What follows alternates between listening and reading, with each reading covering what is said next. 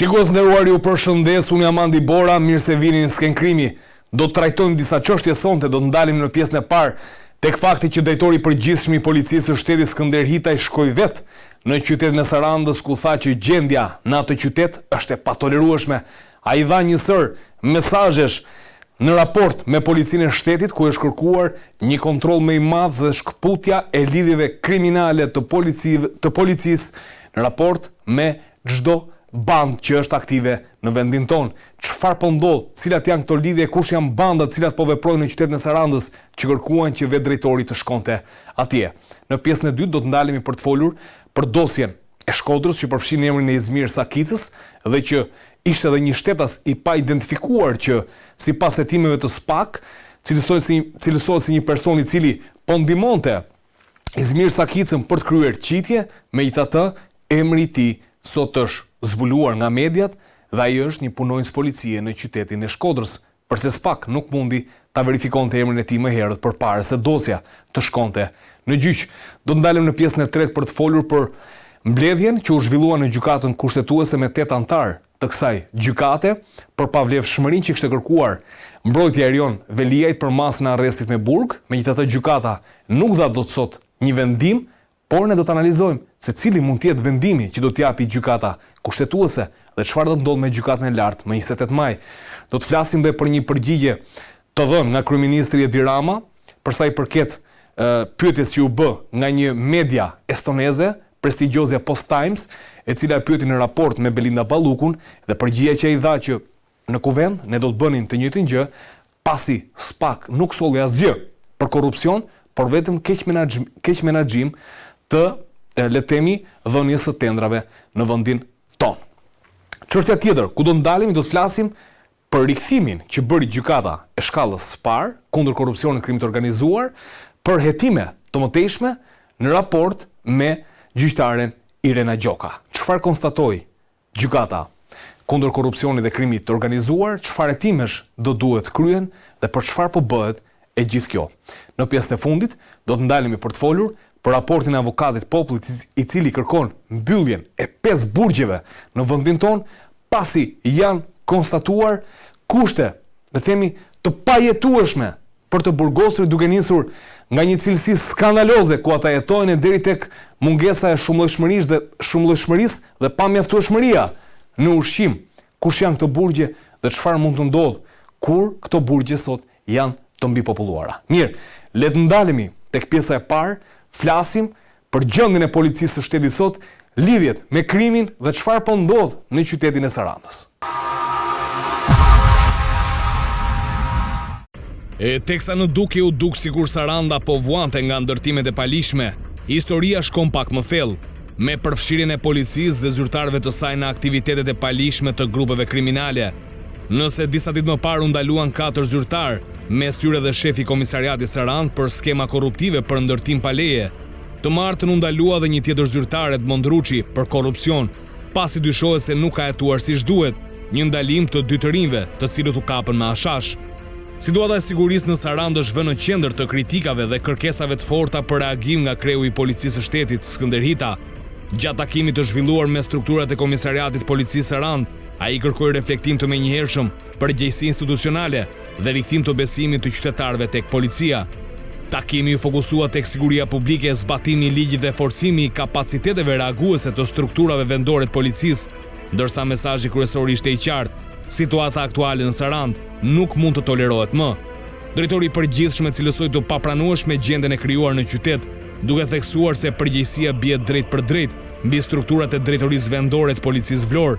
Ai kërkoi që komisariati i policisë Sarandë dhe drejtuesit vendor të reagojnë menjëherë për të ndryshuar jo vetëm situatën në terren, por edhe perceptimin që qytetarët kanë krijuar ndaj policisë. Në deklaratën e tij, Hita paralajmëroi se çdo efektiv policie që mban lidhje apo favorizon grupe kriminale ose element me rrezikshmëri të lartë shoqërore do të përjashtohet nga radhët e policisë dhe do të përballet me drejtësinë. Ai kërkoi goditje të fortë ndaj grupeve kriminale, armbajtjes pa leje, trafikut të narkotikëve, si dhe intensifikim të operacioneve për kapjen e personave të shpallur në kërkim.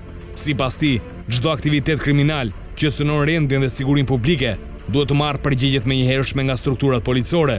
Një tjetër fokus i takimit ishte fenomeni i ndërtimeve pa leje, Kreu i policisë së shtetit deklaroi se asnjë ndërtim i palishëm nuk do të tolerohet dhe kërkoi bashkëpunim të ngushtë me institucionet përgjegjëse për mbrojtjen e territorit. Vëmendje e veçantë ju kushtua dhe sigurisë në shkolla, që sipas HIT-s mbetet prioritet mbi prioritete.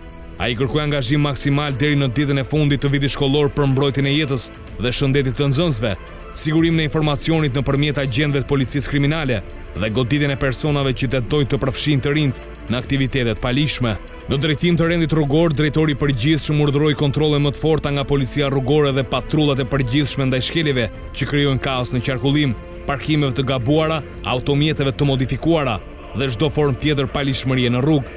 Edhe forcat e posaçme shqiponja morën mesazh të drejtë për drejtë për të shtuar praninë dhe reagimin në terren, me qëllim goditjen e elementëve kriminal dhe rritjen e sigurisë në qytet. Ndërkohë policisë kufitare ju kërkua të jetë më aktive në luftën kundër krimeve ndërkufitare, në kontrollin e kufirit jeshil dhe e monitorimin e mjeteve lëndruese, sidomos në prag të sezonit turistik. HIT dha gjithashtu garanci për mbështetje të plotë ndaj çdo punonjësi policie që përballet me kërcënime apo presione gjatë ushtrimit të detyrës, duke kërkuar që çdo rast i tillë të denoncohet menjëherë dhe të përballet me forcën e ligjit. Ky ishte inserti sa i përket, le të themi, ngjarjeve të fundit në qytetin e Sarandës, ku vetë drejtori i përgjithshëm i policisë së shtetit Skënder Hita ka shkuar dhe ka realizuar takime me komisariatin e policisë së këtij qyteti, ku sigurisht krahas kritikave duke sikur ka lënë dhe porosi për të gjithë strukturën policore në vendin ton, nga jugu në veri dhe me sa duket janë porosi të cilat do të shohim se si do të realizohet zbatimi i tyre deri në fund, sigurisht për përmirësimin le të themi të veprimtarisë policore në të gjithë territorin e Republikës së Shqipërisë, kryesisht të lidhur atë me krimin. Për diskutuar sonte në skenkrimi për këtë çështje dhe disa tema të tjera të nxehta kam të ftuar avokatin dhe ish prokurorin Ervin Karandxha. Shumë faleminderit Karandxha, e vlerësoj. Përshëndetje. Si dhe ekspertin kriminalist Artan Rexhepi, faleminderit. Faleminderit, kënaqësia ime. Tani çfarë tregon fakti që drejtori i përgjithshëm i policisë së shtetit shkon në një qytet, si Saranda, ku pak ditë më parë u ndaluan 4 punonjës policie, 2 prej tyre u lanë mas në arrestit me burg afat 30 ditor. Në anën tjetër është arrestuar një tjetër, le të themi, zyrtar i policisë atje, i përfshirë një veprimtari korruptive, po themi për shkak të ndalimit të 2 të rinjve të cilët u kavën me kanabis. Në total shkon 5 numri i të ndaluarve, po themi. Në fakt, tregon asgjë më shumë se sa një veprimtari shumë serioze, shumë profesionale dhe marrja e përgjegjësisë detyrës, cilën ai e ka marrë përsipër. Për të vërtetës, ka patur lëvizje edhe para kësaj, ndoshta me lëvizjet e stafit. E thënë shkurt, ka qenë shumë i shpejt dhe shumë i sakt në riorganizimin e strukturave. Jo, le të themi, zoti Sula më duket është te terrori, është një te krimi ekonomik. Bëri lëvizje shumë të dura dhe kam përshtypjen se ka filluar të jepet eficienca. Faktikisht, ajo pjesa e Sarandës është punë e AMP-s, po që fakti që drejtori e merr përsipër në kuptimin e ri zgjidhjes dhe riaktivizimit të komisariatit, faktikisht Saranda është një qytet me interesa të larta ekonomike, intensitet i lartë, çmime të larta, qyteti i bukur, le të themi, shumë i lakmuar dhe vajtja e drejtorit atje jo ndoshta, po do ta heqë Sarandën nga kthetat e bandave kriminale që janë të përfolura, që e zotrojnë aty si biznes dhe nuk po e lënë qytetin të marrë frymë. Asgjë më shumë se sa një përgëzim të madh, domethënë, dhe suksese në detyrën, sukses edhe AMP-s, shumë denoncime ka patur edhe në kështu stacione investigative për Sarandën, tani mbi policinë, prokuroria etj. Dele se ne themi kemi ngelur ko policia dhe këtu dorim me që është tema sot, po që duhet parë gjithë zinxhiri se si shkojnë gjërat. Gjithsesi thash e vlerësoj dhe pra nuk është vetëm faji policisë, është le të themi çalojnë hallkat dhe te prokuroria të gjykatave pastaj. Absolutisht është vetëm faji policisë, pastaj çalojnë hallkat te prokuroria, çalojnë hallkat te gjykata, te gjyqësori.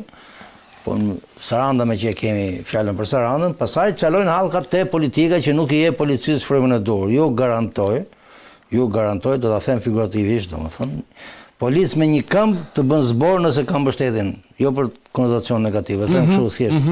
Me një këmbë të jetë polici nëse ka mbështetjen e dur të provave të tij, ka mbështetjen e dur ligjore, pra le të themi ka sigurinë e punës, ka sigurinë ekonomike, se do të flasim që edhe për rritje rrogash e të gjitha. Ka mbrapa minimalisht ka një shef të mirë që nuk e shet.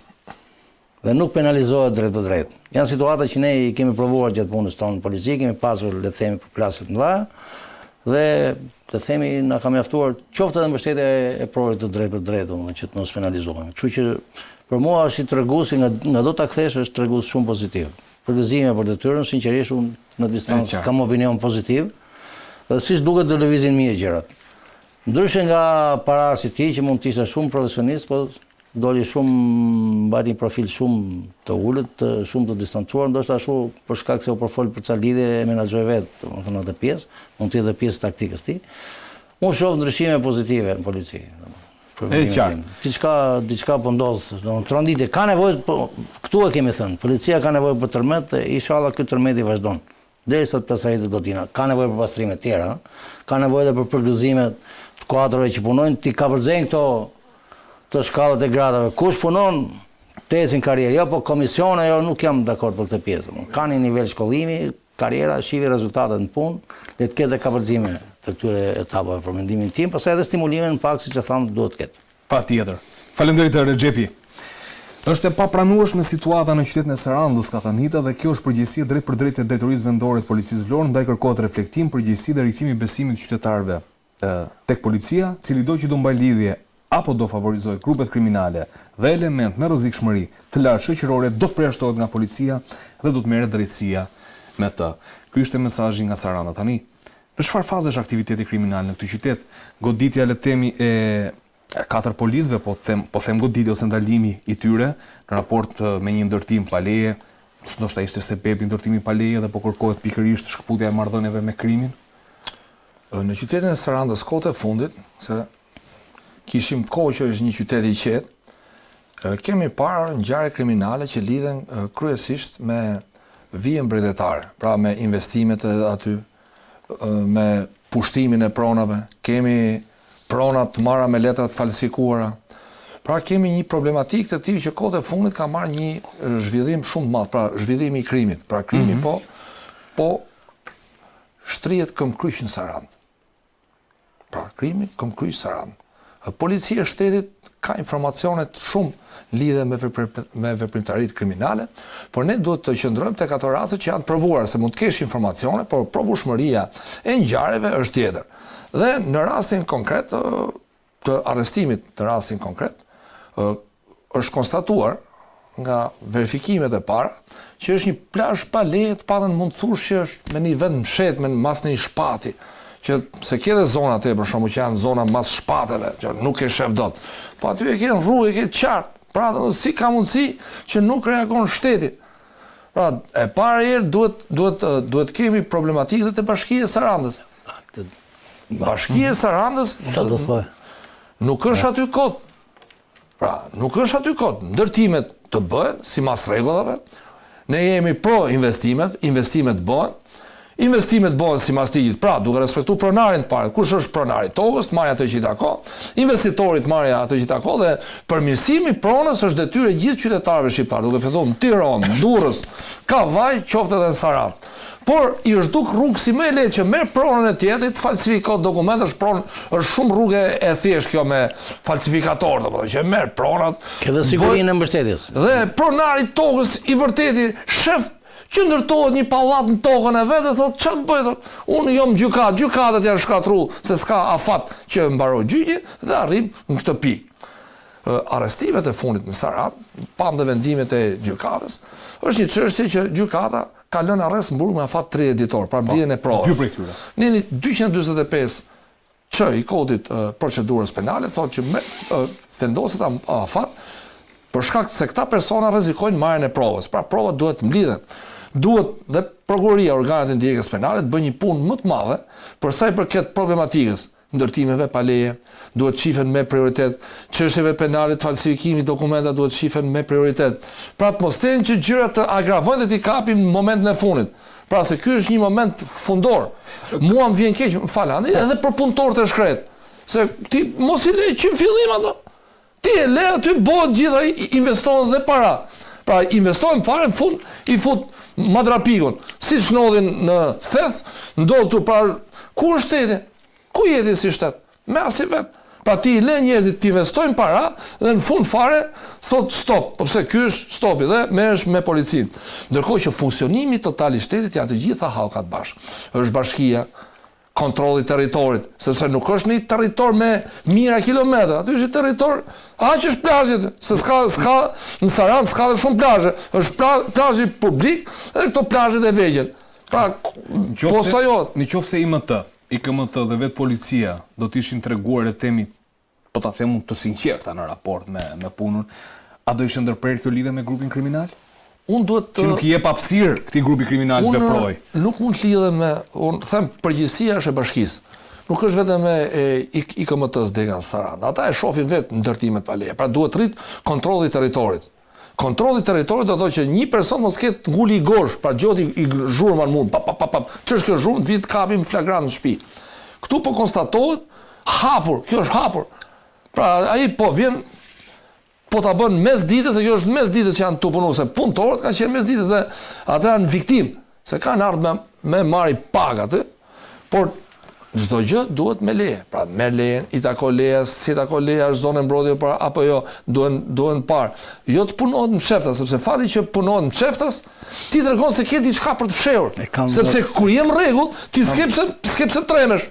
Pse tremesh ti e bë pa leje mes ditës. Dhe duhet një koordinim I punës. Pushteti lokal, organet e ndjekjes penale, prokuria që këto raste të jenë me prioritet. Falsifikimi I pronave, për shembull kemi raste të dokumentuara nga emisioni Stop, që ka rezultat me mijëra metra katror me dokumenta të falsifikuara. Pavarësisht se ai dokument mund të marrë datë para shumë vitesh, thotë jo është parashkruar, po nuk është parashkruar. Po fati se s'mund të marrësh ti pronën e tjetrit. Më lejon këtu se kam. Se diskutime ke. Po. Atëherë ka shumë interes kjo pjesë. Është parashkruar në momentin që është hartuar dokumenti. Dokumenti është sot në qarkullim. Si duhet procedura kanë për prokurorin dhe për kulturë dhe ndoshta edhe të teleshikuesve. Pra, faktikisht dokumenti mund të jetë 10 vjet më parshëm, po me dokument vazhdon të mbahet një pronë goxha, vazhdon të jetë në qarkullim gjyqësor. Është pjesë e një dosje të apelit. Është e parashkruar në këtë moment apo jo? Pa e bërë shumë teknike domethënë. Rasti nuk e di e qartë në pyetje. Po e them më qartë dhe për publikun. Ç'është një dokument I falsifikuar? Dokumenti I falsifikuar është një virus që në moment që futet trupin e njeriu të diçka të shtin ose tani dhe si o pasojë juridike. Pra një dokument falso është në dosje, është përdorur parashkrimi. Vazhdon të përdoret. Përdorimi I tij ndërpret parashkrimin, pra nuk dënohet personi për prodhimin, s'është prodhuar në 2002, por ti që e përdor, duke e ditur që është I falsifikuar, kryen vepër penale. Këto dokumenta duhet të azesohen dhe na vjen keq se shteti shqiptar është turp, nuk ka ndodhur në kohën e Enverit, në kohën e Zogut asnjëherë të falsifikohen dokumenta të arshivit të shtetit. Arshiva e paprekur ka qenë në fakt edhe. Ka qenë e paprekur, I vetmi problem se për shkak të punës jemi marrë dhe me arshivat, ka pasur arshiva e shtetit shqiptar, shteti shqiptar I vitit 43 që ka ndodhur rrëzimi I shtetit italian që kapitulloi Italia, ka pas probleme pronësie me regjistrat në dokumentim. Por është e pafalshme sot me këtë teknologji. Sot I pronë e shef satelitor, e shef domethënë me satelit, me shkruajnë terren. Pra janë sakta hartat e kohës Zogut që janë matë me karrocë me kal, dhe sot që ti e ke rrugën Sarandë, shkrimi shumë I lexueshëm. Është shumë I lexueshëm. Shkrimi, shumë I bukur. Shkrimi është shumë I lexueshëm. Pra kjo është hapur, për një rast që di unë, dikush pretendon do kryet një investim diku, dhe është diku tek 1 metër të andej, pretendon dikush pronësim me cop letër, me shkrim me dorë. E kupton ku edhe vihet në trysni administrata shtetërore. Vihet në trysni bashkia. Një rast konkret për emra. Mendoj që të ketë ndonjë grup kriminal mbrapa. Regjistrohet. Do të them individi po të merron bashkinë, individi se I çon cop letër atje thot e kam unë këtë pronën. Mendoj të jetë një grup mbrapa të reagojnë fare. Të them një rast nuk do përmend emra, jam shumë pranë, domethënë, sepse ndodhia është pranë banesës time, domethënë. Atëherë, një qytetar merr sallën operative e cila me shumë korrektesë shoqëron punëtorët për një ndërtim pa leje. Shkon personi që ka konflikt porosie, bën kallëzim pranë komisariatit. Çfarë ndodh të nesmen? Të nesmen njësia bashkiake ngjit një letër atje. që për mua është leje zhvillimore, mbas konfliktit penal të hapur. Akuza ishte personi që po ndërton është dënuar me burg për falsifikim dokumentash, vetëm se vendimi nuk ka marrë formë për herë. Është gjykimi i shkurtuar, pra s'ka prova të reja, 9 muaj burg. Dhe ata akmarrëveshje po vazhdon të ndërtojë dhe bashkia jep leje. Dhe bën një analizë tillë. Jemi në momentin thot neni 40 për bashkëpunësi. Ose e para bashkëpunësi nuk ka, sepse në moment që dokumenti është i falsifikuar, nuk je bashkëpronar. E dyta, akmarrëveshja nuk të bën pronar, pra duhet ta kesh pronë në katastër. Këtu njësia 5, të them, pa emër. Këtu bashkia është në momentin e vet më të keq. Sepse kur ka konflikte pronësie, është neni 199 paragrafi A, ndërtim pa leje quhet çdo lloj ndërhyrje. Pra nuk jemi në kushtet e lejes ndërtimit, policisë ndërtimore, jemi para i vepër penale të mirëfillt. Le të më korrigjoj prokurori. Neni 100 dhe bashkia guxon dhe njësia bashkiake ndjes. Pra pushteti lokal ka pjesën kryesore në këtë çorb, ja kemi lënë tërë barën policisë, këtë doja të thoja. Ja kemi lënë tërë barën policisë. Ndoshta policia duhet të ketë një rol shumë të fuqishëm, po mbikëqyrës më shumë se sa ekzekutiv. I duhet ngarku pesha pushteti lokal, po kur them mbikëqyrës që të penalizojnë ndërtuesin dhe inspektorin e zonës të policisë ndërtimore. Kur të hy, nuk duhet të ketë kështu le themi ngarkesë në kontroll sistematik. Kontrolli i territorit është një nga detyrat që u ngarkuan në shtator policisë së shtetit. Nuk e di e thash gjë. Madje ishte krejt okay dhe unë prandaj po vazhdoj këtë që ju tham. Ishin disa detyra të cilat u ngarkuan nga kryeministri kur u vendos ministri e brendshme fillimisht Albana Koçiu dhe që sigurisht kishte nisur edhe le të themi lirimi i territoreve të zaptuara sipas le të themi asaj që u konstatua vitin e kaluar. Megjithatë duket sikur policia ka një barë të madhe në disa punë, të cilat ndonjëherë nuk do të jetë ky institucioni i cili do duhet të bëjë. Dhe sigurisht ky është po sepse siç më ka thënë Karandxha këtu po e citoj, tha i ka vendosur policët të marrin çadrat e shasdoneve në krah dhe t'i heqin. Ose të heqin dorë nga pastrimi i bllokut me gjoba. Pra i blok gjoba është i vet gjob.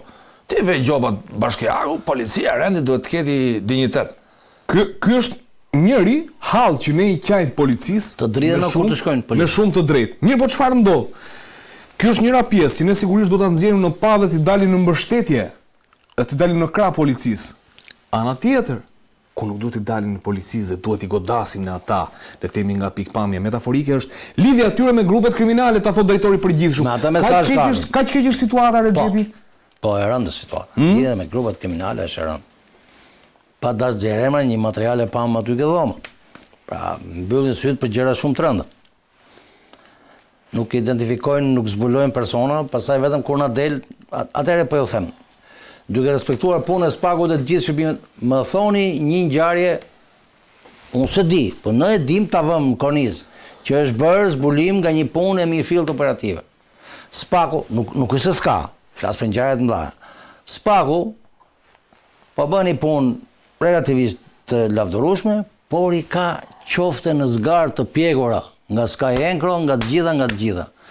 Çfarë hetimi ka shtrirë? Ka qenë dërke personi A, ku moram shembull SPAK-un që figuron ke organet më pozitive, flasim ke këto penal. Çfarë hetimi ka bër policia? Qoftë dhe kryesisht më le të kërkoj atij prokurorit ndoshta zgjatjen e hetimeve të gjitha. E ka një ngjarje dërke le të themi Artani si autor, shtriu më tuti ke bashkëpunëtorët. Jo po mbyllet të dosën të çojë për cilë atje sepse duke pastruar rrugën, ke rritur qetësinë e qytetarëve, ke rritur sigurinë, ke rritur anën psikologjike. Sido që siguri, po e them prapë, e kam thënë shumë herë, në aspektin formal se duket sikur bëhet elozhe ka Shqipëria. Në Shqipëri nuk ta merr njëri celularin nga dora, nuk ta rrëmben njëri varsën, e ca të tjera. Pra kjo pjesë ca thon nga që nuk ka emigrant. Nuk e di, presim të çojmë nëse do vinë emigrant dhe do ketë ndryshim sjellje. Domethënë kjo siguri e dukshme, nëse s'ke probleme me bandat kriminale, prapë kthehemi këtu. Ja pra çfarë ishte që thash për ndërtimin pa leje? Çfarë ishte? Nuk është korrupsione. Minimalisht. Vjedhje pronë. 700 metra pronë është në Tiranë 3, është 2 milion, 3 milion euro pronë, nuk është pronë kështu. Ku e ka suportin? 3-4 herë është përdorur për call centra. Nuk i shifte policia këto, thash. Hynin 20, dilin 30, me çfarë merresh? Ligji ka detyrë këtë pjesën ekonomike, domethënë të bizneseve të mbikëqyri. Po flas kur ke kështu ndërhyrje masive se unë nuk mund të jetë një minibar aty vjet, një bas me celular aty, hajde dhe çfarton. Po ja ku hyrën dalin 30 punonjës. Kështu që lidhet me krimin janë. Unë e mora ke nivelet ekonomike, sa e ke oficera që kanë nxjerrë njerëz në prit që është shumë e tmerrshme. Kështu që në këtë kuadër, për mua territori ka nisë mirë, Hanxhari po godet fort. Shpresoj që ta vazhdoj edhe aty në detyrit të gjithshme ta vazhdoj. Ka dhe aty nevojë, thua, ha? Shumë përfliten. Janë fytyra, nëse janë fytyra fare, janë njerëz zotni, po ideja që i nxjerrin si ose tanë karidi kështu jashtë. Çfarë akuzash nuk dëgjojmë nëpër media, kështu që. Se tash thash gjithë kjo aktivitet miliard. Ora si shpjegohet që vjen italiane, atëherë po them ato zbulimin që ndodhin nga italianët. E diskutova me djalin që për vërtetës është i mençur dhe konsultohen për kështu punësh, profesionist në kuptimin formal të fjalës. Kapën italianët kur dolën. Menduan se kapën italianët kishin bërë punën, i gjetën kompjuterat ato, gjitha ishin bosh kompjuter, ishin transmetuar materialet nëse mbani mend durrës. Edhe kishin vajtur atje ku dush dhe erdhi goditja, po pse duhet na vit aliat na bëj, domethënë goditje këtu nuk kemi ne 5 mundësira, domethënë thash një herë. 2-3 veta mund të bëjnë këtë. As kush, as bandat pa suport nuk bëjnë dot gjë. Provo të bësh një grup të shikosh. A shkon dot një javë? S'bëhet fjalë pa suport lëvizësh. Policia ndoshta më lart.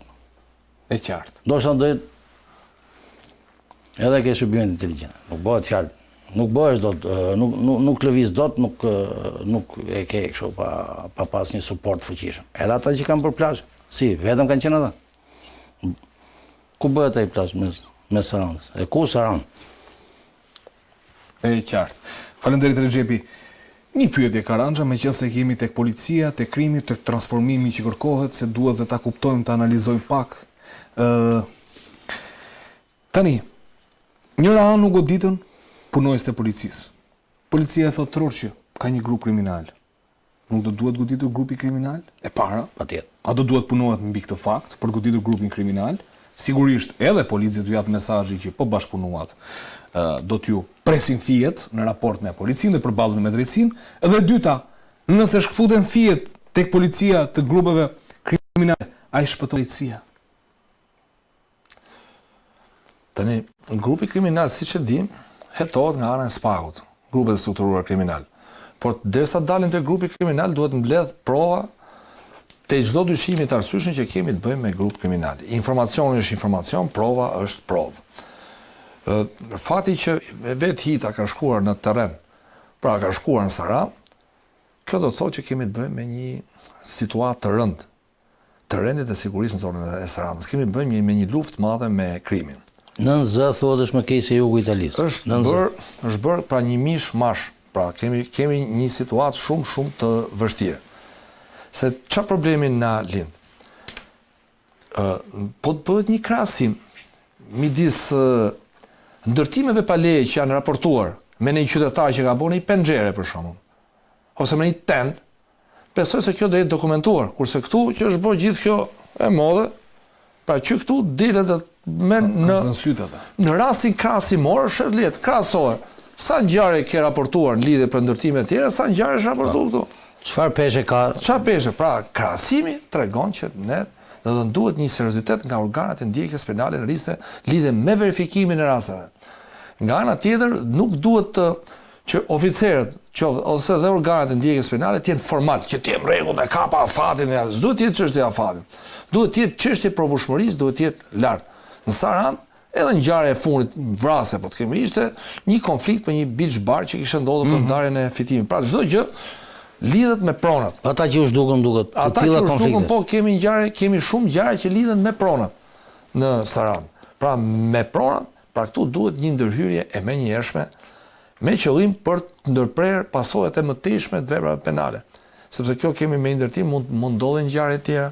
Prandaj ndarja e policisë nga krimi, sidomos nga krimi i organizuar, është një emergjencë. Pra kemi të bëjmë me një emergjencë. Pra është emergjencë. Dhe fati që vetë Hita ka zbritur, ndërkohë që nëse ai ishim mirë me të fortin, i bi që personave që janë niveli 2 ose që kanë bë një ndërtim. Edhe aty pra ti je i ashpër me të doptin dhe i butë me atë të fortin. Pra kontrolli i territorit është detyrë e çdo punonjësi policisë, por edhe pushteti lokal. Duhet marrë masa që mos bëhet një gosht. Aq më tepër në mes ditës që del gjithë kjo ndërhyrje, aq më tepër te kanali Çukës që është dhe një urë aty që e shef, pra atë e shef nga çdo drejtim, se është vendi lakmueshëm. Ka pasur edhe probleme çështje e pronësisë, por nuk po i hyj kësaj. Do jetë çështja e hetimit që do ta zgjidh punën e pronësisë dhe konfliktet. Pra ndërhyrja në kohë e organeve të ndjekjes penale, ndërhyrja në kohë e pushtetit lokal, dokumentimi se sot është dhe sot me mjetet që ka është gjunaf qash, se mund blesh një dron me 500 euro, shkon droni vet.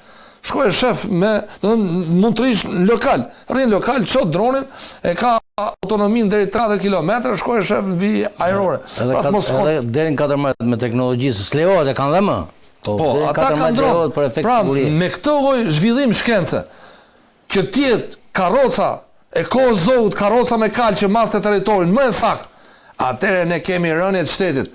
Pra kemi shtet i cili shtet vizual në pamje të bukur, në 3D është i bukur, edhe pallatet kur bëhen 3D bëhet një pallat i bukur, këtu del një pemë, po aty vetëm pemë s'ka. Pra kemi shtet në 3D, në realitet është krejt ndryshe. Ne duhet planet e territorit duhet të jenë të sakta, zhvillimi i territorit gjithë qytetit të Sarandës. Duhet të jenë të sakta. Pronat duhet të jenë sakta, nëse prona është e pronarit, ta mori pronari. Them diçka mundem. Falë edhe shkurt. Nëse i takon mund ta kesh shumë inata të tjetër, si ta mori pronën ky rob, i takon është prona vet. Mirë keq, i takon me trashëgim, ja kalon gjyshit, ta gëzoj. Të marrë atë që meriton. Jo të neve të ndërhyjmë tash, jo investitor, jo ky është më i fortë, të morësh pronën e tjetrit me 1 euro. Se s'merret pronën e tjetrit me 1 euro, kur gjyshi vet e ka ble me Napoleona Floriri. Atëherë diskutojmë, mundem. Jo patjetër, sepse duhet kaloj edhe tek një çështje tjetër, po përmbyllet lutem, përmbyllet këtë që niset. Atëherë un kam patur rastin të jem në KRTSH-n e Sarandës kur kryeminist ishte zoti Nano. Kryetar bashkie ishte Gjoka, me mbiemër Gjoka, në mos gaboj. Dhe Saranda kishte një gabim topografik rreth 2 metra, nuk e di për çfarë niveli gjatësie. E kuptoni se çfarë skandali ishte, se ja tha kryeministri atje. Kaq problem që e ka zgjidhja e pronave. E para njëherë në Sarandë jam i sigurt që pronat janë me kate. 1 ose 2 ose 3 kate. Të vendosura thua, patjetër, për të sjellë. Kjo nuk përjashton futin e grupit kriminale vjedhet e gjitha. Po flas hapësirat për të penetruar. Nëse nuk e ke pronën Sarandë, mendoni se nuk i ka arkivet Italia? Di një rast në Tiranë, mund në nas, mund t'ja u them, ke stadiumi lojrave me dorë, një person, patën probleme, është prona, s'është prona, çoi avokatin në Itali, pagoi tarifën, doli pronën edhe i la gjithë pretenduesit, i la në kuptimin ligjor, i hodhi nokaut. Nëse ne i kemi prekur arkivat, mendoni se arkivat shqiptare nuk janë në shtetet tjera që kanë kaluar këtu? Jam i sigurt që janë. Kështu që po të ketë vullnet, rregullohet ajo. Ecim linjës kaq se mbase zgjata shumë. Regjia, të lutem. Dua të ndalen tek një tjetër çështje. Ka pas raportime mediatike ditën e sotme për sa i përket dosjes së Izmir Sakicës dhe Samuel Troshanit, pas sekuestrimit të telefonit të Izmir Sakicës. Të lutem regjia, më kalo pak me foto mbrapa, perfekt. Këto janë disa nga fotot kur kryen qitje në livadin e Shkodrës, është një zonë atje, dhe çfarë ka ndodhur? Përmendet, është një foto tjetër që është një shtetas i pa identifikuar, thuhet aty kel. Shikoj pak, okay, perfekt. Se dua të çohem pak të shpjegoj diçka. Ky është Izmir Sakica, personi siç e nxjerr dhe spaku në dosje. Kurse këtu shkruhet shtetas i pa identifikuar. Unë e kam bërë me blur këtë, e kemi bërë vetë, por fytyra është e qartë në dosje. Dhe spaku në dosje thot shtetas i pa identifikuar. Raportimet mediatike ditën e sotme kanë nxjerrë që personi, i cili është shtetas i pa identifikuar, është Mikel Kodra, i cili është oficer e patrullës përgjithshme në qytetin e Shkodrës, është vllai i Prekodrës, një snajperist i cili u përdor dikur nga Suel Çela me qëllim eliminimin e Ardian Çapjas. Ka qenë në vitin 2020 ngjarja dhe u qellua nga kodrat e Krastës. Vllai, ky është raporti i cili është folur mediatikisht për këtë çështje tashmë. Dhe me sa duket ka hyrë në lojë sigurisht Agjencia Mbikëqyrjes Policore. Nga informacionet që dhe unë kam për këtë çështje, ka shkuar në shtëpinë e Kodrës, por nuk është gjetur për t'u marrë në pyetje për këtë çështje. Karanja, një pyetje kam këtu, përpara se të kaloj tek Rexhepi dhe të diskutojmë. Përse është shtetasi pa identifikuar kur është me fytyrë? E ka të vështirë prokuroria të identifikojë dikë? Pyetja është e drejtë. Tani në telefona, edhe në kontrolle banesash mund gjenden dhe fotografitë caktuara të personave të caktuara. Prokuroria ushtron ndjekjen penale. Dhe i le si detyrë oficerit policisë gjyqësore verifikimi i personave të caktuara. Mund të jenë persona që nuk janë publik. Pra, domethënë nuk janë për publikun e gjë, mund të jenë me patrullin, por s'ka rrjete sociale, sepse që të identifikosh një person, duhet kesh dyshime se kush është e para dhe të gjesh foto që të bësh ekspertimin krahasues. Dhe foto duhet ketë fuqi identifikuese, eksperti e di. Pra, një foto duhet ketë vlera identifikuese, që pra kjo e identifikon personin dhe krahasuese që kjo foto e këtij që është bërë foto, është pikërisht ky person që është, sepse mund na ka ndodhur shpesh kjo punë. Pra, telefoni mund të jetë varet se si e merr foton, por nuk ka vlera identifikuese, ose gjurmë e gishtit. Edhe gjurmë e gishtit duhet të ketë vlerat e saj identifikuese. Duhet të ketë numër të caktuar karakteristika. Duhet të kesh 12 karakteristika që të jetë e tij. Prandaj, duke qenë se është dosje hetimore dhe duhet parë faza e saj, se mund të jetë në dhënat e para, mbrapa, domethënë janë marrë dhënat. Pra, domethënë mendoj që identifikohet personi. Edhe ne që themi mund të jetë për shembull shtetasi ky me mbiemrin Kodra, prap duhet verifikuar shkencëtrisht. Ç'kuptohet shkencëtrisht? E para merret deklarim, sepse mund të thotë vetë personi kur e shef që unë jam to rrethana. E dyta, nëse ta mohon, pra ti duhet prova shkencore duhet bërë krahasim. Këtu jam dakordun me ty se ti po bën një shpjegim të mrekullueshëm nga pikpamja se si operon prokuroria për të identifikuar dikë. Mirë, po kjo është një dosje, le të themi që deri në këtë fazë kanë mbyllë dhe këtu del shtetasi pa identifikuar, do ta kishte bërë spaku këtë. Do ta kishte bërë, ta kishte marrë, domethënë, mos të shkonte në këtë çështje, se është dërguar çështja për minimalisht i merrte modele krahasimi personit të dyshuar. Nëse atëherë ky ishte shpjegimi ligjor Karanja, ky ishte shpjegimi ligjor. Por, çfarë thot tu spaku për këtë çështje? Njoftim dërgon për gjykim një grup strukturar kriminal për tentativë vrasje dhe është pikërisht për këtë. Me anonim, për gjykim Karanja. Me ofot? E ke njoftimin zyrtar. Njoftimi data 16 maj ka dërguar për gjykim pandehur janë Aleksandër Prendi, Franko Lega, Izmir Sakicaj, që është ky personi këtu, dhe Samuel Troshani. Ndërkohë, zotëria mbrapa dyshohet që është instruktor i qitjes. Tani, e para herë që foto duhet të ketë kur janë bërë këto foto. Në datën 2 tetor të vitit 2024, sepse është marrë materiali i ekspertimi, kur është kryer ekspertimi i celularit, nga telefoni janë fotot. Ka dalë data e krijimit videos. Koha e fotove. E dyta, 20 ditë para masakrës. Dhe lokacionin mundësisht ai eksperti se është i mira i asaj.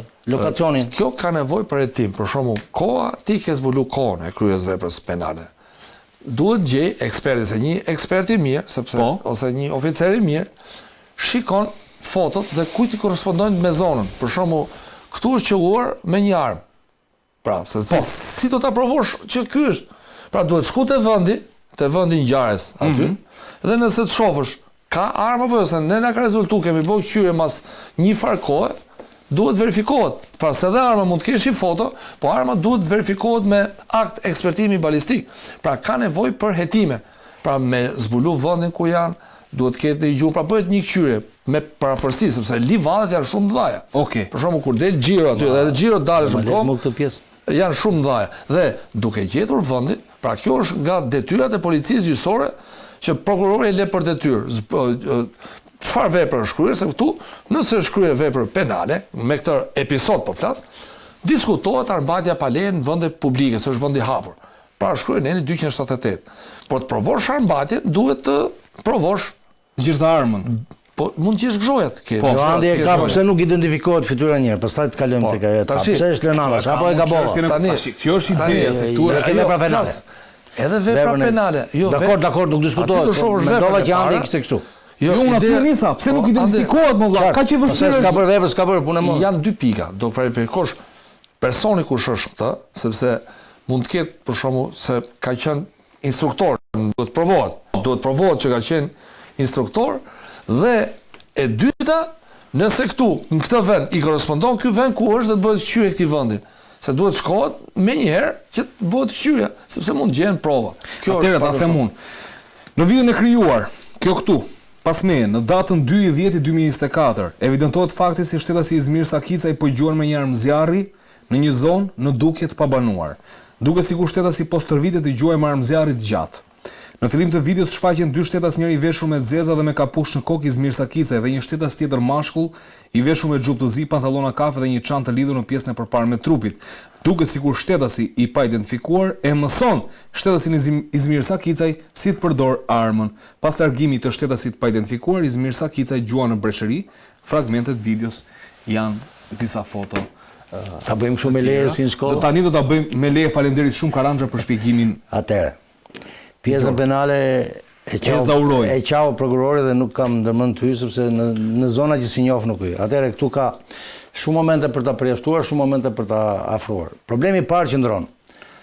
Themi që shtetasi Izmir Sakicaj, pra thot Spaku. Po. Fotoja ose videoja është në të njëjtat kushte. Izmiri identifikohet, zotëria më fjalë lehet me pikpyetje. Pra, nëse nuk ka vlera identifikuese, videoja nuk ka për asnjërin. Jam okay këtu? Okej. Sepse të paktën pjesën e audio-videove ju e njihni, sepse jeni profesionist. Pra video, po s'ka vlera identifikuese, s'ka për asnjërin. Pra është e pavlefshëm për identifikim. Nëse ti arrin që te kjo video të identifikosh Sakicaj më duket Izmiri, atëherë pse nuk e identifikon këtë tjetër? Po e lë për jashtë. Tani ti ecim linjës prokuror. Prokurori ka drejt te kjo pjesë. Ndryshe është identifikim me sy, ndryshe është ta rish në identifikim kriminalistik. Është pak më problem, sepse do pak kualitet, le të themi. Sepse nëse i jep zonë mbasin tiparet e të gjitha, megjithatë, raportet gjeometrike që kanë gjatësi. Nuk do të rinë Spaku njëherë, për mendimin tim, është gabim profesional. Ndoshta nga nërkesa nga të gjitha nuk them dot, nuk i akuzoj për asnjë.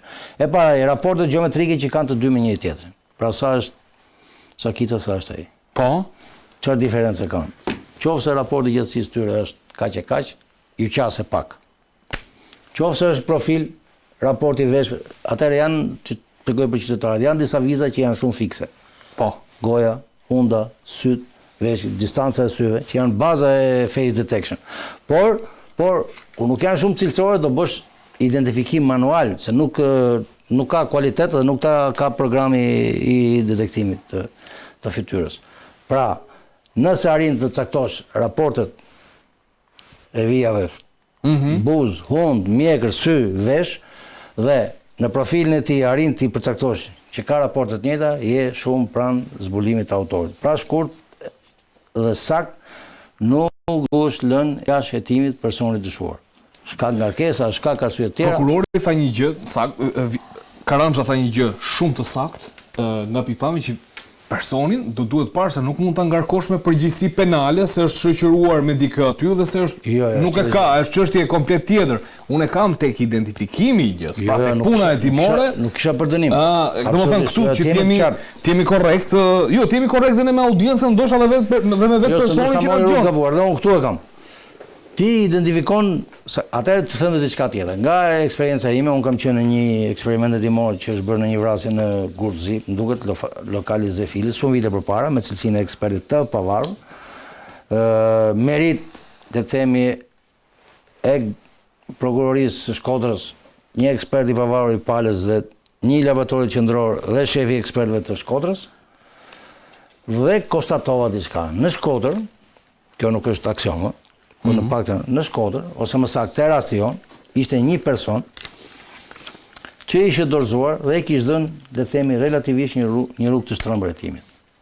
Kam përshtypjen se në këto kushte jemi me Sakicaj më shok. Domthonë praktika shkon atje, bën një lloj, po flas aksiomatike, pa pasur, bën një lloj dezinformimit dhe keq orientimit prokurorisë, ndoshta dorëzohet policisë, ndoshta dorëzohesh dhe me marrëveshje. Dhe vjen puna që bie në rrjet pastaj. Se kur të pron zullumin bie në rrjet. Nuk është problemi, mund të kalonte shumë më lehtë situata. por lidhja e këtyre kam përshtypjen se do shkoj deri në Dobraç. Dhe 4 viktima, le të kesh këtë dom brava, është teprimi i zullumit. Nuk duhet më janë. Në moment që bën 4 viktima, e ke bërë shtetin armik, o zotri. Gjithmonë nëse çfarë përflitet. Kështu që mirë është që njeriu të themi mos zgjakosi njeriu. Kushdo qoftë, e kupton? Le të bëj çfarë mund të bëj, edhe në një gjë të strëmër, po domethënë dek e humbja jetës e konsideroj shumë tepërt dhe kam përshtypjen që ky lloj intensifikimi me këtë ka të bëjë sepse nuk je aq profesionist do biesh diku në Grack, nuk të fal prokurori, kanë eksperiencë, mbi suve kanë parë me qindra e me raste. Diku rëshket, diku s'rëshket, diku ngecesh. E qartë. Mirë, unë përpara se të kaloj tek çështja tjetër për diskutuar pak për vendimin e gjykatës kushtetuese, ditën e sotme dua të ngrej një pyetje për policinë e Shkodrës, duke qenë se çështja ka shkuar në gjykim për sa i përket Izmir Sakicës, Samuel Troshani, Aleksandr Prendi, Franco Leka, për qenë korrekt me gjithë emrat, dhe është rasti kur në Bushat është shkuar në datën 23 gusht të vitit 2024 me 3 automjete të blinduara nga Dobraçi, thotë SPAK, drejt zonës së Bushatit, me qëllim ku ka pasur dhe përplasje me Aleksandr Prendin.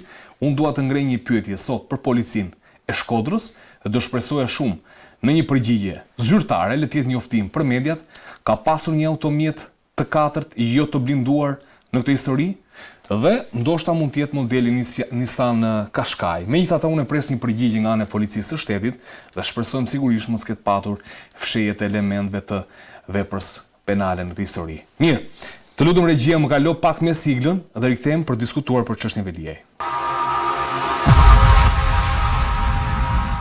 Mirë, seanca u zhvillua sot në gjykatën kushtetuese për atë se çfarë ka kërkuar Kryebashkiaku i Tiranës Veliaj. Kanë qenë 8 gjyqtarë në gjykatën kushtetuese, nuk është marrë një vendim, le të themi sot do të shpallet vendimi një tjetër seancë dhe Kryebashkiaku Veliaj ka kërkuar gjykatës kushtetuese pra një lloj pavlefshmërie të arrestit të tij me burg pasi është cënuar liria individuale, duke qenë se është kryetari i bashkisë, cënimi i lirisë së dyfisht, pasi nuk ka mundur të ushtrojë detyrën dhe ka argumentuar se masa e vendosur ndaj tij nuk ka qenë proporcionale për shkak se ai jo vetëm që është qytetar, por është edhe i zgjedhur sipas kushtetutës. Përse nuk pati një vendim sot Karanja, është natyrë e vështirë të analizosh 10 faqe dokumenta të gjës. Si analizon këtë dhe çfarë vendimi mund të merret në fund? Mbrojtja e Velisë në mënyrë të përmbledhur ka 3 kolona kryesore. E para është që gjykata kushtetuese ka marrë një vendim që thotë Veliaj duhet të ushtrojë detyrën e kryetarit të Bashkisë Tiranë. Po ishte vendimi i gjykatës kushtetuese. Ky vendim nuk është respektuar nga ana e organeve të administratës publike. Pra, mirë keq u mora i vendim në vendimet e gjykatës Vinte që duhet të ditë, unë e kuptoj dalje këtë.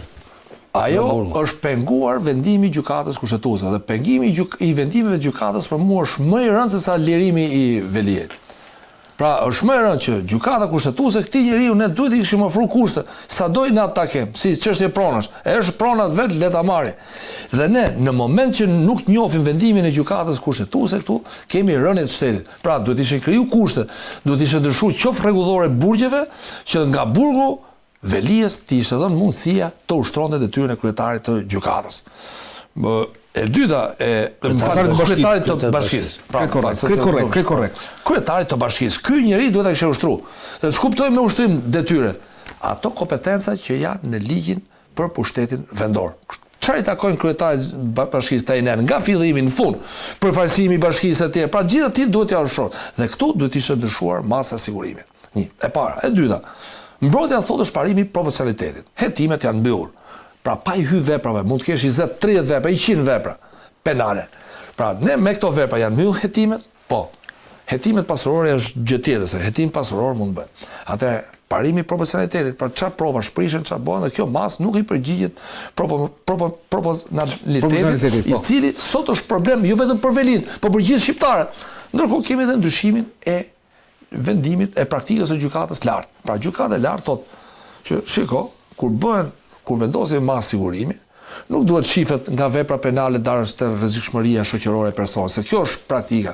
Akuzohesh për i vepër, thotë, lidhet me e çon automatikisht te personi. Personi ka rrethanat familjare të vetën. Pra, do shohësh rrezikshmërinë e personit, vazhdimsinë, do shohësh rrethanat e kryes së veprës penale, rrethanat lehtësuese, rënduese gjendjen familjare.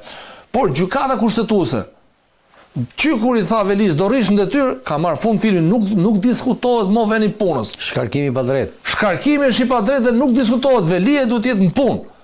Pra kemi të bëjmë me s'kemi thjesht me kodin e procedurës penale, por kemi dhe ligjin e pushtetit vendor, kemi kushtetutën, e cila thot në mënyrë të qartë që pushteti, një qytet ka përfaqësuesin e tij që është kryetari i bashkisë, drejtues. Pra ne nuk kemi cënuar drejt Velin, por dhe vullnetin e zgjedhjeve qytetarës Tiranë që e ka zgjedhur. Ti dënojmë mbrapa me vendim formës presht rast tjetër, po për momentin mbajtja në burg është e pa justifikueshme. Atëherë, është vendimi i gjykatës kushtetuese. Nëse ju do kishit qenë gjyqtar ose antar i gjykatës kushtetuese, e duke qenë se më përpara keni pasur një vendim që domethënë shkarkimi ka qenë i padrejtë dhe rikthen Veliej në detyrë. Në këto kushte kur është kërkuar nga pala mbrojtëse e Veliejt në gjykatën kushtetuese, pavlefshmëria e arrestit me burg, cili do ishte, le të themi, vendimi juaj dhe ne duke thënë këtë bëjmë një parashikim se cili mund të jetë vendimi që mund t'japi kushtetuesja. Vendimi është respektimi i ligjit. Ka thonë gjykata shkojnë punë. Do të thotë se masa arrestit është e pavlefshme. Shkojnë punë. Masa të zëvendësohet vetë mas tjetër. Dhe thash, me vendimin e gjykatës lartë kemi diskutuar në studio, duhet ndryshojë masa sigurimi, duhet boshatisën patët gjysmet para burgosëve, duhet dalin jashtë, jo vetëm te Velia.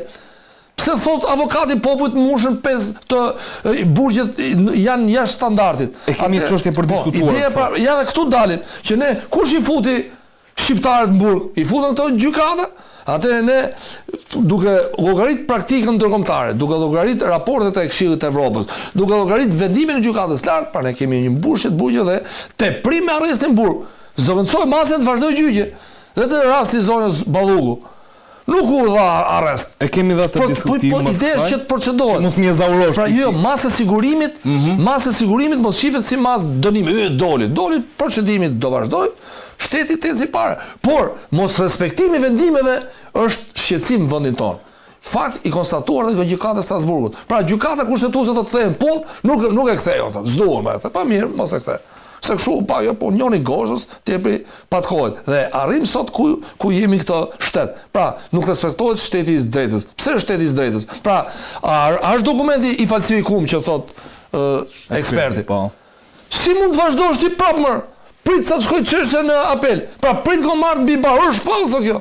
Pra, ne kemi me fakte. gjykimin shkurtum, s'ka prova tjera. Kemi fakte, e pranon dhe i panderur akuzën, pra ne këtu janë gjëra fakte, e ka liruar gjykata kushtetuese. Mirë, mund ta kesh natë, thash, ke një kategori të rrët doli, por edhe se ka impakt, që ka vjedhur do të rrimë. Perceptim pastaj, nuk është ligj. Të dënohet në fund ai person. Të dënohet, po duhet të respektuar ligjin. Pra, kur dokumenti është falso, personi të marri pronën pronari, kur ktit e ka urdhëruar gjykata kushtetuese të ushtrojë detyrën ta ushtrojë.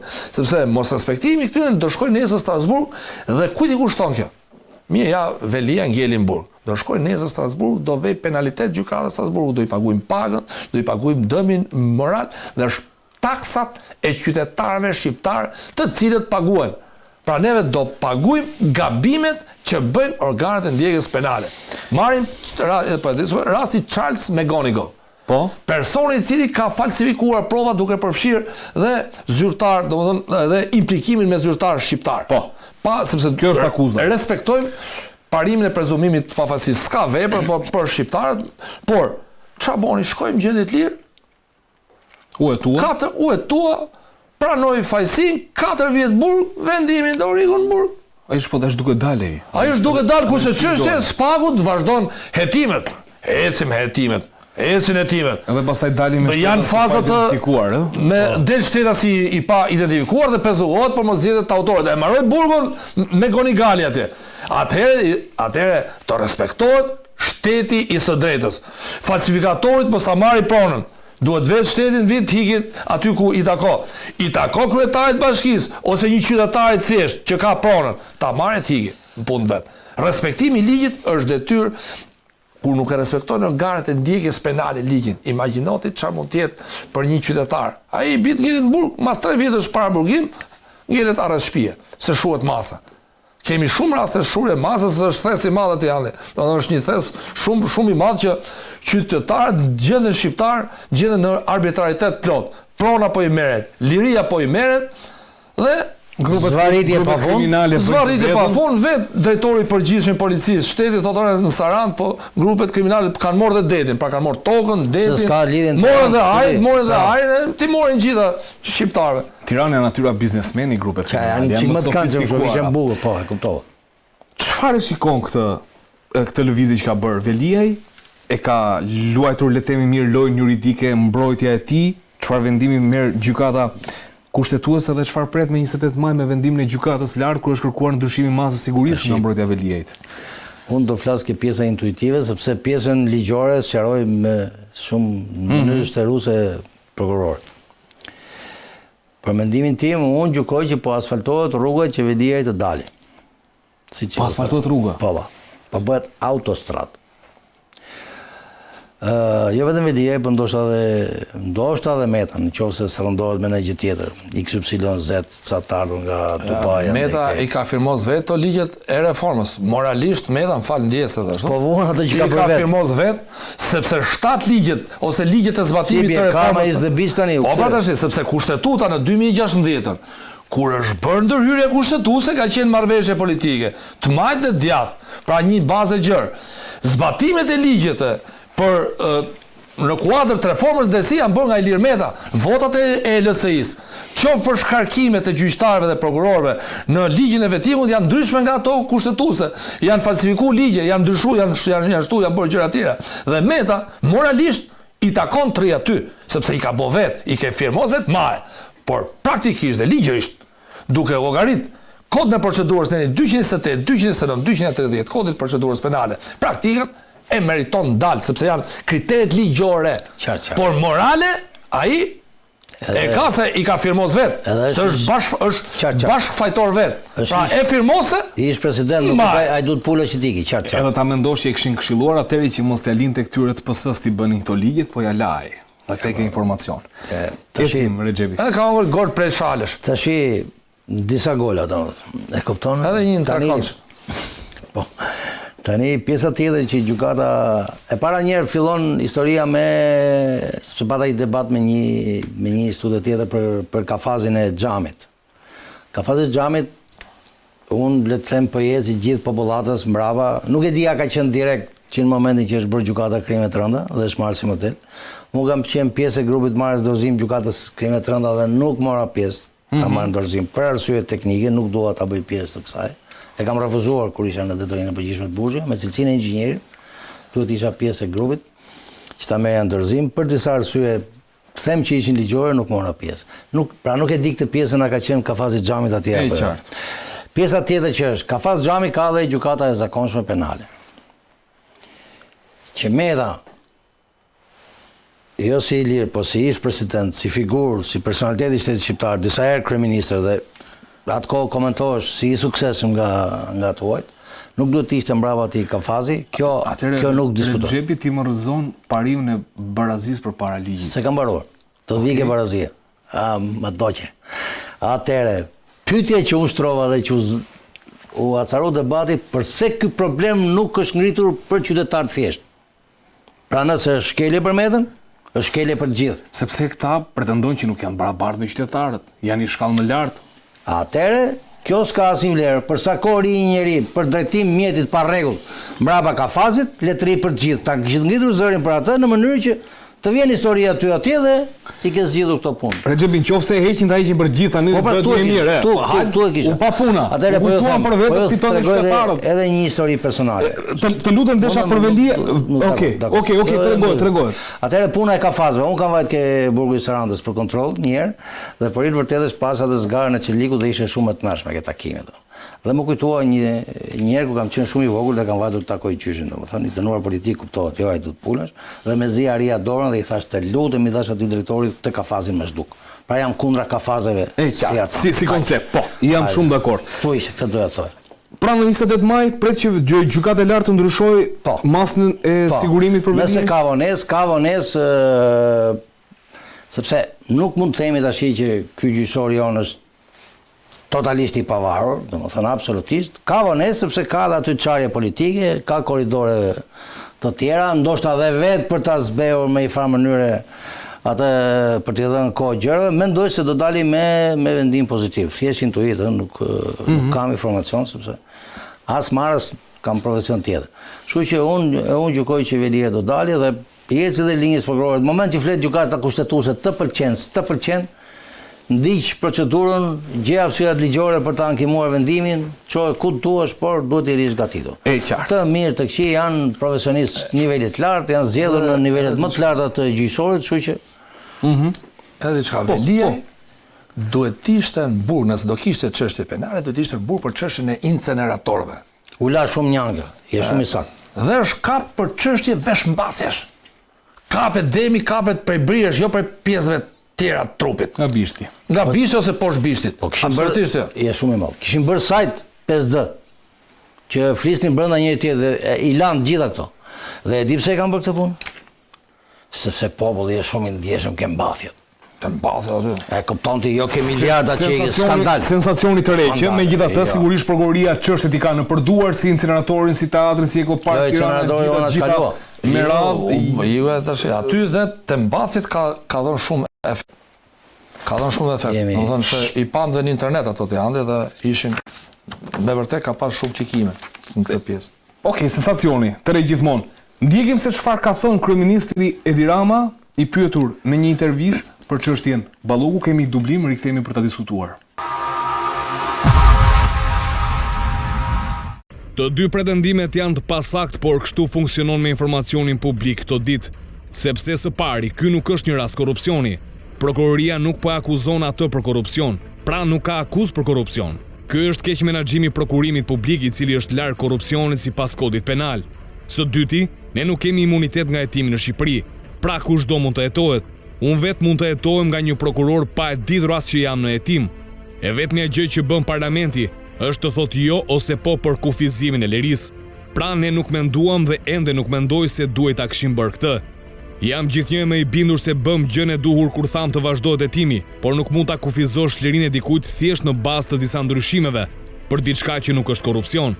Dhe nga ana tjetër, sa i përket faktit përgjithshëm, duhet ju them dy gjëra shumë të thjeshta, sepse korrupsioni qëndron në marrëdhënien midis qytetarit dhe shtetit dhe në mënyrën se si shteti trajton parat publike. Nuk di asnjë mënyrë tjetër se si funksionon korrupsioni. Pra, kur bëhet fjalë për shërbimet për qytetarët, ne kemi pasur një nga sistemet më efikase të shërbimeve digjitale për vite me radhë, edhe 95% e shërbimeve tona janë online, kështu që nuk ka korrupsion në këtë. Dhe nga ana tjetër, kur bëhet fjalë për prokurimin publik, reforma dhe ndryshimet tona janë të tilla që institucionet ndërkombëtare që punojnë për Komisionin Evropian dhe OECD-n vlerësojnë se prokurimi ynë publik është më i drejtë se në 16 vendet e BE-s. Një gazetë estoneze, Post Times, e ka pyetur kryeministrin kështu: si e vlerësoni suksesin e Shqipërisë në luftën kundër korrupsionit, duke pasur parasysh se skandalet e fundit kanë prekur nga afër qeverinë tuaj, po i referojmë rastisht zëvendës kryeministres Belinda Balluku. Dhjetorin e kaluar, Balluku akuzuar për shkelje të parimit të barazisë së pjesëmarrësve në tendera. Dhe partia juaj, i thot gazetari, kryeministrit vendosi të votojë kundër heqjes së imunitetit të saj parlamentar. Ne dëgjuam dhe reagimin e kryeministrit, tha do bëja të njëjtën gjë, nuk ka pasur vepër të korrupsionit, po ka pasur keq menaxhim të prokurimit publik. Tani, janë thyrë tigullat e kryeministrisë. Në rastin konkret, diskutohet akuza penale. Akuza penale është neni 258 i kodit penal, pra shkelja e barazisë në tendera. Dhe kjo është e vërtet. Tani, është e saktë kjo akuza apo jo? Kjo është akuza zyrtare e ngritur nga ana e SPAK-ut. Por mu më shqetëson një problem tjetër. Që është? Raportuesit e Bashkimit Evropian në Evropë nuk e raportoj situatën siç duhet dhe gazetarëve dhe medjave ndërkombëtare jepet situata siç e duan ato dhe jo siç është realiteti në Shqipëri. Tani po bëjmë një krahasim. Motivi?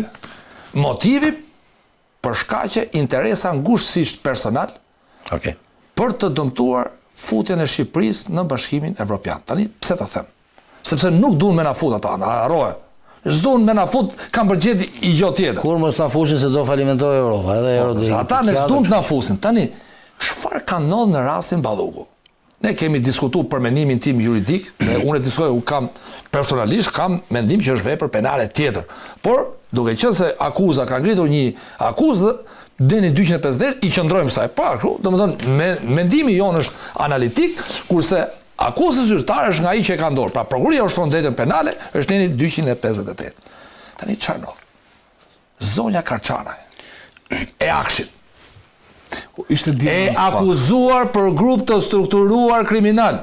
Drejtoresh, pa e paragjykuar, vetëm akuzën nuk i hyjën.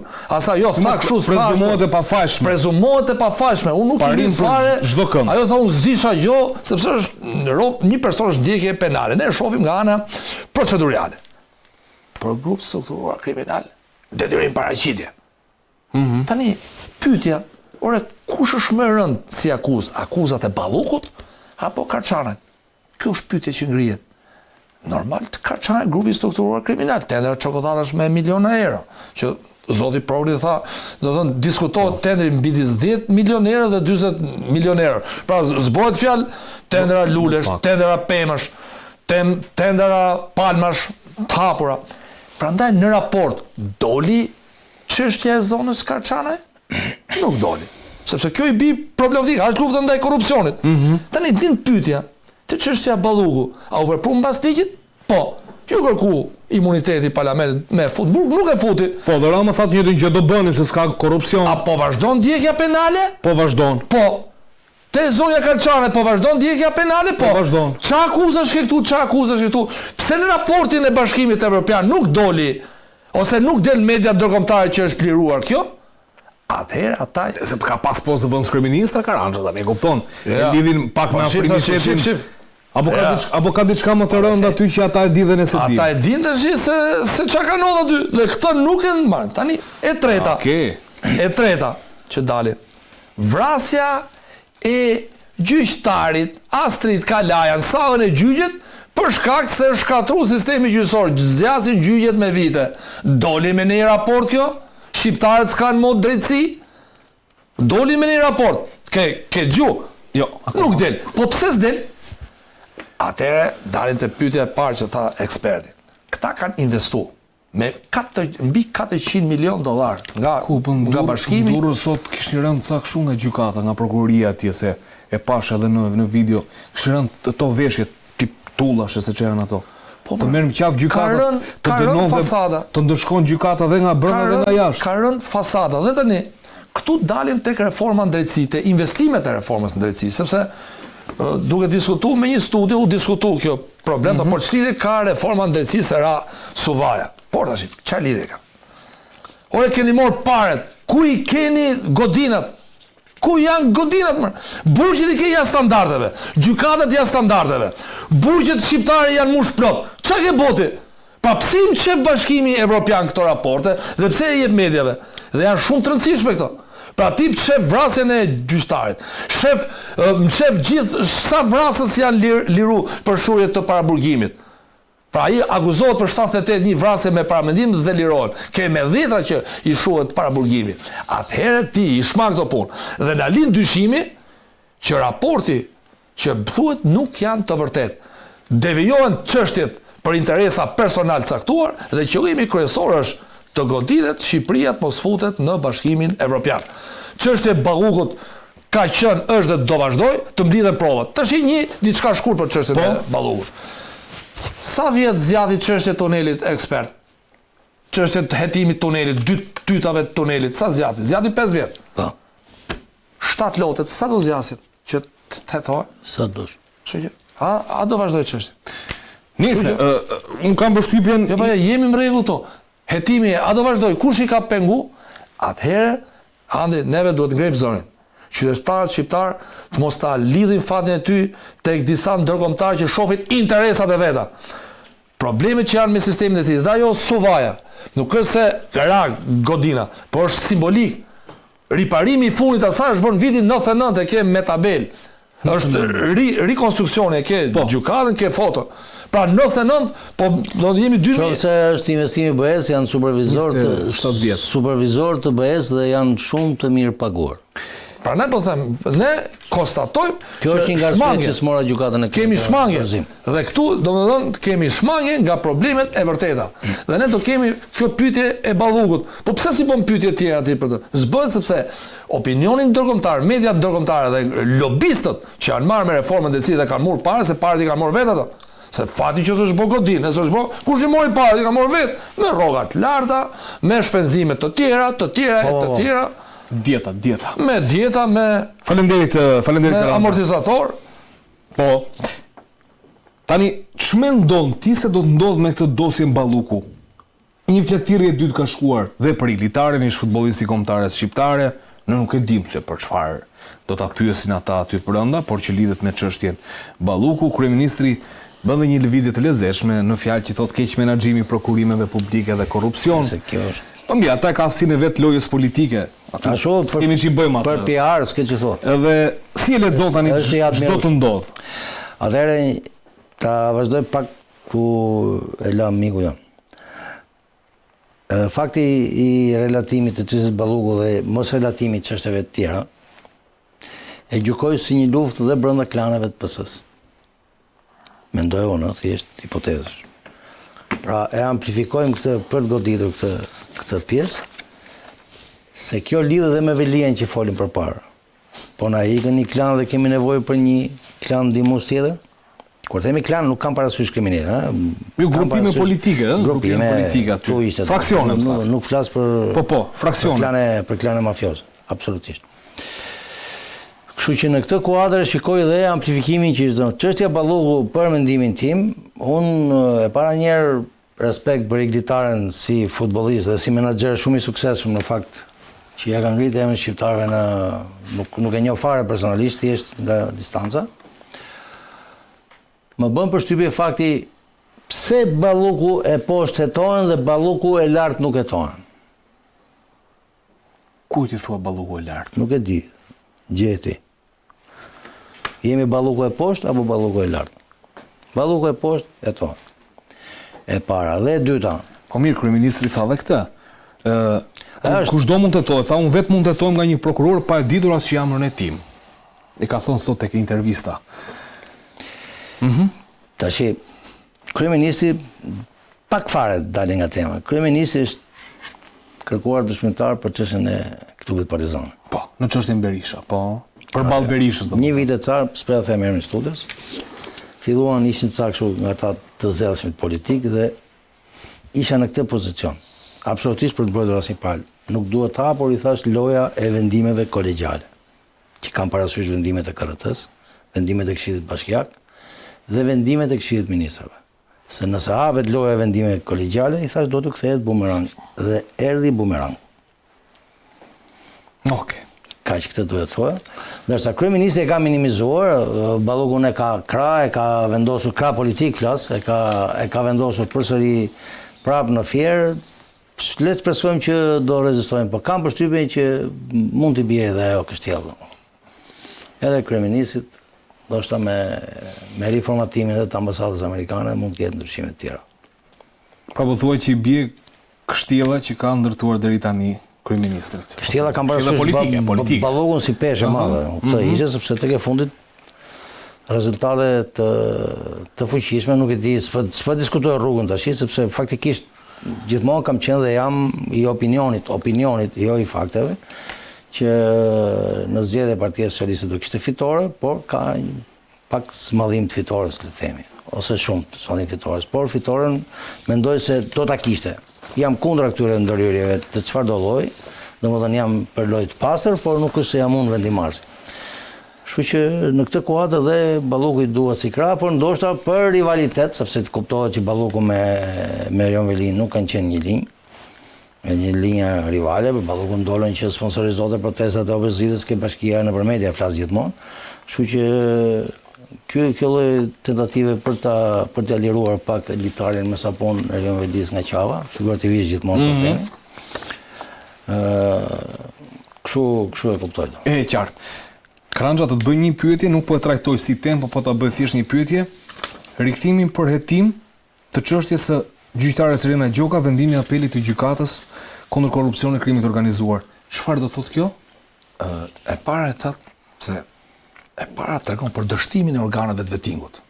Vettingu duhet e kishte sqaruar këtë punë, që ky subjekt rivlerësime se kjo gjyqtare ka këto problematika dhe i kemi menu me zgjidhje, duhet ishte zgjidhur që në fillim, është hedh topin fushën e spagut. Por duhet ishte sqaruar kjo. Spaku kërkoi pushim çështje për këtë kam përshtypjen, ëh? Kjo duhet ishte sqaruar në çështjen e vettingut. Vettingu s'kishte çështje fare. Pra tregon për mos funksionim të sistemit të vettingut. Pra e ke zero, nuk ka verifikuar asgjë. Përkundërzi, personat që janë marrë me vettingun sot po bëhen antar të gjykatës së apelit. Pra, 5 antar të KPA-s në mënyrë të fshehtë po bëhen nga para se të bësh sqarimin Karanxha. E para. M'fal, shkurtër do. Ligji e ka që do kapin posta apo? Ata do ta kapin postën dhe do shkojnë. Pra, vettingu dështoi. Tani dalim tek gjykata. Ka konstatuar diçka gjykata apelit që rikthem çështjen për hetim gjykata shkallës parë.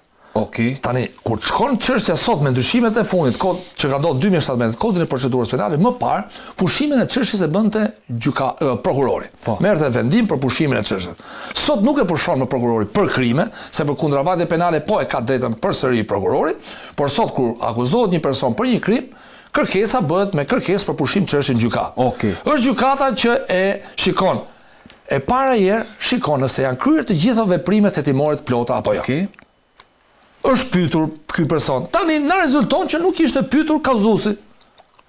Tani në rastin konkret s'është pyetur kallëzuesi. Po, kjo një nga detyrat të pyetet kallëzuesi. Mendoj që është e drejtë pyetesh kallëzuesi. Anonimisht kallëzuesi apo Ajo mos është avokatja Adriana Kalaja? Adriana Kalaja. Po, ajo është avokatja. Duhet pyetet kallëzuesi. Ore, çka ka ndodhur, si qysh tek, si është ngjarja? Sepse për shembull, nga i sigurove provat. Mare, pra, pyetje kallëzuesit për mua është me vend pyetet. Kallëzuesi duhet pyetur si ka ndodhur ngjarja, si ka rënë ndjeni. Tani, është gjë e re kjo për këtë rast apo ka ndodhur edhe më parë? Jo, kemi kallëzimin e Taulant Ballës për çështjen e kompleksit Partizani. E kallëzoi Taulant Balla çështjen e Partizanit, po. U pyet si dëshmitar, si kallëzues, po. Atëherë, çka ka këtu? Të plotësohen hetimet, pyetet kallëzuesi. E dyta, mendoj që çështja më fjalë duhet dalë te kjo pikë që thash. Të verifikoj organet e vettingut pse nuk kanë bërë detyrën e tyre. Kam një mendim tjetër do ta them pastaj. Dhe duhet gjithë praktika e vettingut duhet parë. E i ke ditë këto sepse ti po ti dije këto. Duhet i bësh në vendim që kjo zonja ka këtë dhe nuk merren parasysh për këto shkaqe. Pra, ti ke një hetim që duhet i plot, sepse nuk është se ke një qytetar thjesht ose një kryetar bashkie nuk ka plotësuar formularin, ka kaluar shumë hallka. Prandaj çështja, mendimin tim, kthimi për gjykim, pra për krye veprime hetimore nuk e quaj shkelje të kushtetutës, sepse do kishim shkelje të kushtetutës. Si nuat, si do eci? Tani mendoj që do verifikohen raste, do shifet edhe praktike e vetimut dhe duhet parë për shembull sepse po marrim me rastin Metalla, Valbona Sanxhaktari që ka shkarkuar gjyqtarin Ervin Metalla, na rezulton ka kalu këtë Irena Gjogon, ka kalu Olzdatën që janë gjithë që ka dosjen bosh. E gjove rastin e Olzdatës që dosja ishte bosh. Kishte propozimin e prokurorit përgjithshëm dhe dekretin e presidentit. Bamir Topi u pyet, tha unë s'kom di gjë fare, u pyet, pra unë vetëm i kam vënë firmën, tha, unë s'di gjë. Prandaj kemi disa që duhet verifikohet, duhet bën një lidhje, një kombinacion. Jo ne si analizë janë çështje fakti. Pra duhet verifikuar si ka kalu ky. Nëse janë, sepse nëse është çështje që këto punë e emrit e ka vlerësuar vettingu, atëherë pse merremi kot? Pra duhet pushuar çështja. Nëse një organ administrativ e ka gjetë, atëherë kjo besoj edhe kjo e kallëzuesit që është praktik, pra nuk është shkelje të pyesësh kallëzuesin. Është krejt procedurë normale. Atëherë. Okej. Në lidhje me Irena Gjogon. E para njerë pa dash të dyshimet kota, Ilir Medha, Irena Gjoga. Duket, ëh? Sali Berisha, Irena Gjoga. Edhe Fatmir Mediun, Irena Gjoga? Duket? Nuk e kam parasysh, po, okej, do se gërdesi. Jam voj nga këto informacionet. Pra, le të themi, Irena Gjoga po goditet për të delegitimuar këto lloj procedurash. Jo se goditje është e padrejtë. Sepse është mendojmë përdorur si kamikaze këtu, se nuk është rasti që të bjerë shorti tani Irena Gjogës për këtë dhe të gjithë opozitën. Pse si bie për një opozitës Irena Gjogës? Ta zemrit, pse si bie shorti për Ballukun? Po e marr shembull kot Ballukun. Të kësaj të aksit e tjetër. Pra nuk mos na fyni inteligjencën tani se tërë opozita domethënë merr përsipër kjo kamikaze dhe kjo kamikaze, më shumë thosha, goditet nga një kamikaze tjetër në kuptimin një person i zellshëm për dashu, kështu që mendoj që edhe për t'i liruar, e gjykoj si pjesë e marrëveshjes Rama Berisha për t'i liruar, lehtësuar barën Berishës. Okej. Shkurtimisht. Lajmi ishte ky, ëh? Atëherë, çështën e marrëveshjes unë i diskutoj gjithmonë këtu dhe unë kam dhe bindje personale atë çështje që opozita në rastin konkret, unë them që ka nevojë për veprime hetimore, pavarësisht debatit. Tani të mos pyesësh kallëzuesin. Për shembull, dhe Tauland Balla që u pyet për çështjen e Partizanit, tha e mora vesh nga askush nuk është i mund para ligjit nga media. Tani të mos pyetet kallëzuesi, për mua është aja. Gjithmonë kur të prohet zullumi njeriu duhet të mendohet. Po, të bëhen veprimet e plota, ndoshta mund shkoj prap kërkesa për pushim. Të mos ta paragjykojmë. Pra mund shkoj fare, por veprimet hetimore, madje edhe për prokurorin nuk e quaj në problem. Bëhen këto veprime, çon prap. Pra të bëhen në një afat të arsyeshëm, janë lënë detyra të bëhen. Nuk e quaj kuptimin në një humbje të madhe. Aq më tepër që kjo çështje të zbardhet. Por që të zbardhet duhen kry veprimet hetimore. Jo si ai personi që s'dihet se kush është. Personi pa njoh. Po, shumë i njoh.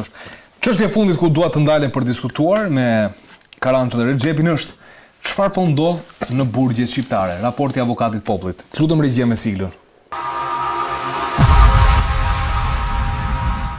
Avokati i popullit ka dalë me një raport ku kërkon mbylljen e 5 burgjeve në Shqipëri, burgu i Burrelit, Kosovë Lushnje, pra në Kosovë të Lushnjes, Kukës, Minepeza dhe godina A e burgut i Jordan Misja 313. Ka disa faktorë. Kushtet që synojnë dinjitetin sipas zgjedhjeve të avokatit popullit janë ambiente të amortizuara, pa erim, ndriçim apo ngrohje të mjaftueshme, të burgosur që mbajnë sende personale në qese plastike sepse nuk ka dollap, mungesa e produkteve bazë të higjienës dhe detergjentëve për pastrimin e qelive, sisteme ngrohje dhe ftoje jo funksionale, sidomos në mod ekstrem, mungesë larmishmërie dhe sasie të pamjaftueshme në ushqim, mundësi të kufizuara për aktivitete social-kulturore dhe rehabilitim. Rexhepi, çfarë po ndodh në burgje, duket sikur janë çmendina dhe jo vende ku dikush do duhet të dënohet dhe të rehabilitohet. Mbylljen e burgut më fal të Zaharis në mos gaboj, të sëmurëve të shtetit mendor, po ja njohim merit ministrit, ish ministrit Ulsi Maja. Unë përveç këtyre burgjeve do shtoja edhe burgun e Shënkollit. Dhe për godinën A që ka thënë avokati i popullit për 313, aty është bërë një lloj investimi restaurues, por për mendimin tim ai është burg që duhet të hedhur në erë gjithi. Përpara se të bëhesh kjo ndërhyrje, deri në kohën që unë kam qenë aty, keni parasysh ai tuneli ku kalonin makinat bashkë me disa uçe ligu, ishte skandaloze që mund të shëmbësh nga momenti në moment. Pra, instituti i ndërtimit atë burg para disa vitesh e kanë nxjerr me rrezikshmëri shëmbje. Pra 313 duhet të iki kështu kategorikisht dhe të bëhet o një burgeri ose të iki që andej. Për unë kur kam qenë pjesë e diskutimeve, kam thënë që në mënyrë absolute ai burg duhet largohet dhe investimi aty është shumë i rrezikshëm sepse kemi ngjarjen e një me mbiemër Bardhi në mos gaboj që u godit me snajper dhe aty me tërë ato godina në lartësinë e dur që janë po që dhe të kalojnë burgun mund të aksesosh me armë gjata snajper, mund të vrasësh këtë duash, mund të jetë ndonjë dëshmitar i rëndësishëm e tjera. Vetëm vlerë që ka i tunel aty poshtë që hyhet ke gjykata penale dhe ke spaku që s'është ndonjë gjë kush e di se çfarë, për mendimin tim ai burg duhet largohet që aty komplet. Edhe për këto tjerat që tham, janë kampe internimi në mos gaboj, kështu ose vojt, edhe Rogozhina. Edhe Rogozhina është pa parametra fare, po nuk e kam vënë Rogozhinën. Se është si burgi që kështu pak si rumpall, kështu në kuptimin e lirive kështu. Edhe jo më shumë se Durrësi, kuptohet. Për mua edhe Rogozhina janë kampe që kanë patur kështu kampe punëtorësh, godina punëtorësh, pra janë jashtë parametra. Me parametra janë dhe ata po degradojnë sepse nuk po bëhen investimet e dura. Janë Peqini, është burgu i Fishkrujës, me një ngrohje që s'ka punuar kur, qartubat rrugës e gjitha, Korça me një ngrohje që s'ka punuar kur, që është skandaloze, kanë ngrohje qendrore, nuk janë ndezur. Pra ai këto burgjet e BE-s kryesisht Të gjitha burgjet e tjera janë jashtë parametrave. Këtu ka dhe një problem tjetër.